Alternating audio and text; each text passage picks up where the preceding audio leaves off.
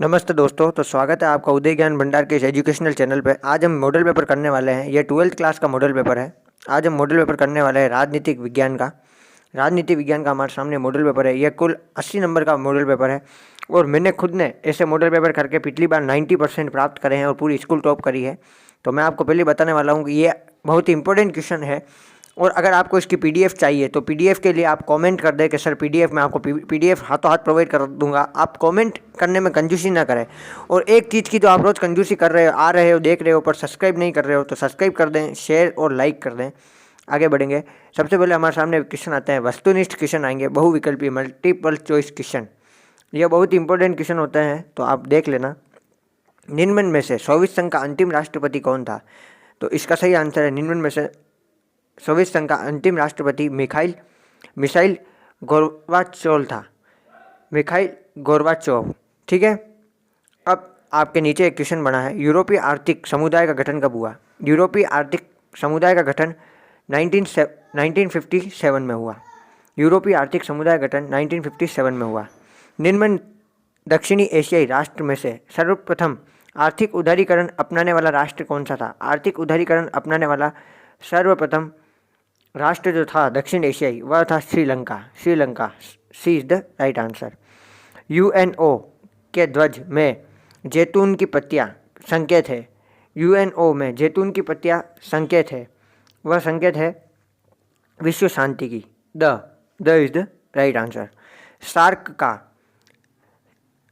सचिवालय कहाँ है? सार्क का सचिवालय है काठमांडू में। सार्क का सचिवालय काठमांडू नेपाल में है। ठीक है। हमारा साझा भविष्य रिपोर्ट के अनुसार उत्तरी गोलार्ध के राष्ट्रों के लिए चिंता का विषय है। तो क्यों है? ग्लोबल वार्मिंग जो है वह चिंता का विषय है। B is the right answer. निम्न में से किस वर्ष मेघालय राज्य का दर्जा मिला? मेघालय को राज्य का दर्जा कब मिला? तो याद रखना दोस्तों, 1972 में मेघालय को राज्य का दर्जा मिला। स्वतंत्र भारत के प्रथम कानूनी मंत्री कौन थे?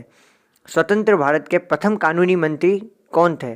तो याद रखना दोस्तों, प्रथम कानूनी मंत्री अपने भीमराव अंबेडकर जी थे। प्रथम कानूनी मंत्री भीमराव अंबेडकर जी थे।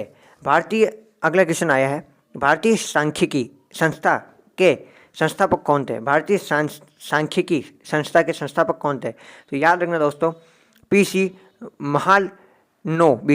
महालनोबिस, जिन्होंने पंचवर्षीय योजना का भी संचालन किया था, वही। अब आगे बढ़ेंगे। भारतीय साम्यवादी दल मार्क्सवादी की स्थापना कब हुई? याद रखना दोस्तों, साम्यवादी और मार्क्सवादी की स्थापना हुई है 1964 में। तो इसका सही आंसर है 1964। ओके, आगे बढ़ेंगे।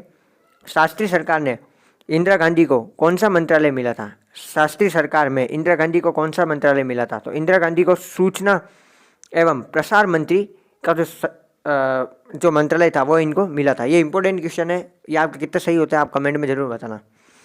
शिमला समझौता कब हुआ? अगला क्वेश्चन, शिमला समझौता कब हुआ? तो याद रखना दोस्तों, 2 जुलाई 1972 में शिमला समझौता हुआ था। आगे बढ़ेंगे। हरियाणा व पंजाब राज्यों का गठन कब हुआ? हरियाणा और पंजाब राज्यों का गठन कब हुआ? तो याद रखना दोस्तों, हरियाणा और पंजाब राज्यों का गठन 1966 में हुआ था। C is the right answer. Shahbano case किस वर्ष में आया? शाहबानो केस किस वर्ष में आया? याद रखना दोस्तों, शाहबानो केस 1985 में आया था। भाषाई आधार पर सर्वप्रथम किस राज्य का गठन हुआ? भाषाई आधार पर सर्वप्रथम आंध्र प्रदेश का गठन हुआ। इंपॉर्टेंट क्वेश्चन लगा देना, आ सकता है, बहुत ही इंपॉर्टेंट है, इसलिए पहले मैं आपको बता देता हूँ।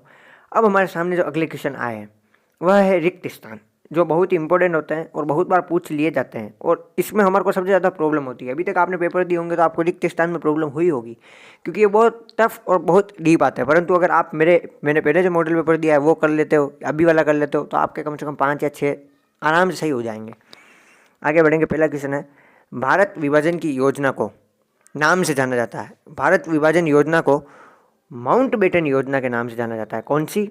माउंटबेटन योजना के नाम से जाना जाता है। पहले का आंसर ये है। अब अपन पढ़ रहे हैं दूसरे का आंसर।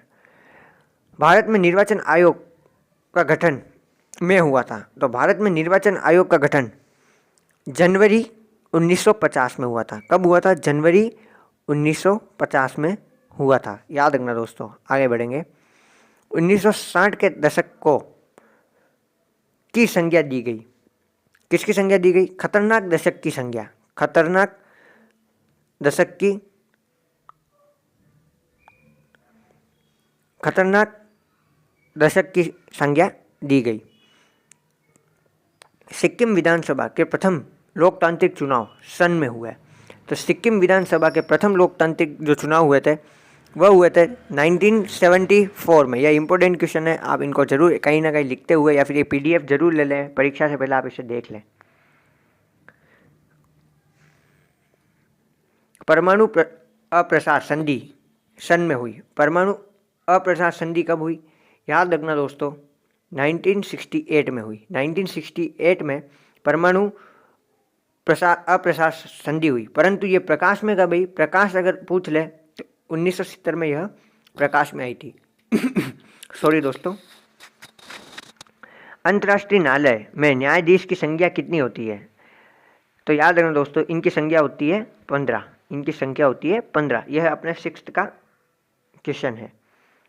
तो 6th क्वेश्चन का आंसर है।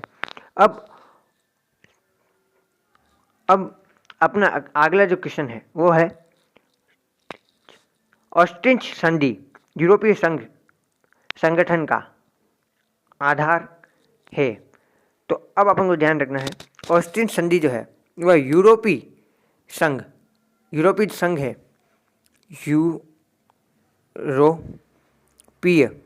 संघ जो है उस संगठन का आधार है। अगले हमारे जो क्वेश्चन आते हैं वो अति लघुरात्मक में आ जाते हैं, तो वो हमारे सामने आए हैं। तो उसका पहला क्वेश्चन है, शीत युद्ध की समाप्ति के प्रमुख कारण क्या है? शीत युद्ध के समाप्ति के प्रमुख कारण सोवियत संघ का विघटन और एक ध्रुवी विश्व का उदय और विचारधारात्मक संघर्ष। दूसरा क्वेश्चन हमारे सामने है, मालदीव ने कौन सी शासन प्रणाली अपनाई? 1968 में मालदीव ने कौन सी शासन प्रणाली अपनाई? तो अध्यक्षात्मक प्रणाली अपनाई थी। निःशस्त्रीकरण क्या होता है?